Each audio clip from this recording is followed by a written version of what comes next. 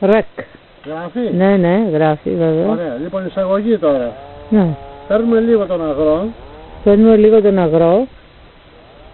Και μετά παίρνουμε... Εδώ λοιπόν πρόκειται να φυτέψουμε πατατούλα. Ναι. Και μετά παίρνουμε τον αγρότη. Ναι.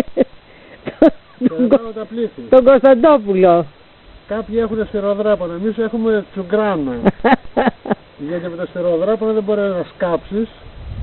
Ναι. Βέβαια, ξέρουμε όλοι ποιος είναι ο συμβολισμός. Ναι. Λοιπόν, κάποιοι κάνουν τους δημοσιογράφους, εμείς κάνουμε τους αγρότες. Λοιπόν, ετοιμάζουμε το έδαφος.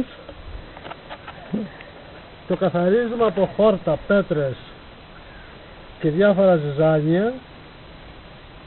Και είμαστε έτοιμοι για να φυτέψουμε πατατούλα. Για πάμε να δούμε και την εκτέλεση του έργου. Λοιπόν. Την εκτέλεση κανονικά, όμως την εκτέλεση. Κανονικά την εκτέλεση του έργου. Πού είναι οι πατατούλες? Εδώ είναι οι πατατούλες. Να τις και οι πατατούλες. Έχουν και φύτρο. Έχουμε την πατάτα. Τη βλέπουμε, κύριε Τέτοια, την πατάτα? Τα βλέπω αυτά που φυτρώνουν. Ωραία. Κάθε ένα ματάκι είναι ένα φύτεμα. Δεν βάζουμε όλη την πατάτα έτσι μέσα, όπως δεν είσαι εσύ. Την κόβουμε. Γιατί σου έχει κάνει ανάλυση πώς βάζει την πατάτα. Βλέπεις τι ωραία που είναι. Για τον Ιωσήφ τα λες αυτά, ξέρω εγώ. Κοίταξε εδώ που έχει δύο ματάκια. Ιωσήφ για σένα είναι όλοι. Αυτό θα γίνει δύο κεφάλαια, το βλέπεις? Βγάλει το σάπιο όμως. Το σάπιο όχι. Το σάπιο δεν είναι. Θα σαπίσει έτσι κι αλλιώς. Κοίταξε. Έτοιμο αυτό.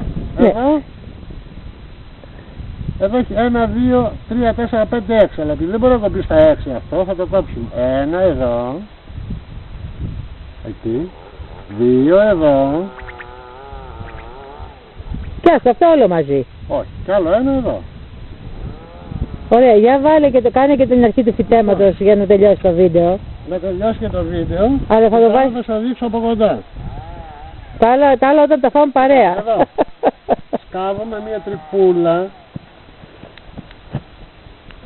και χώνουμε την πατατούλα με το φύτρο προς τα πάνω. Τα πάνω. Έτσι δηλαδή.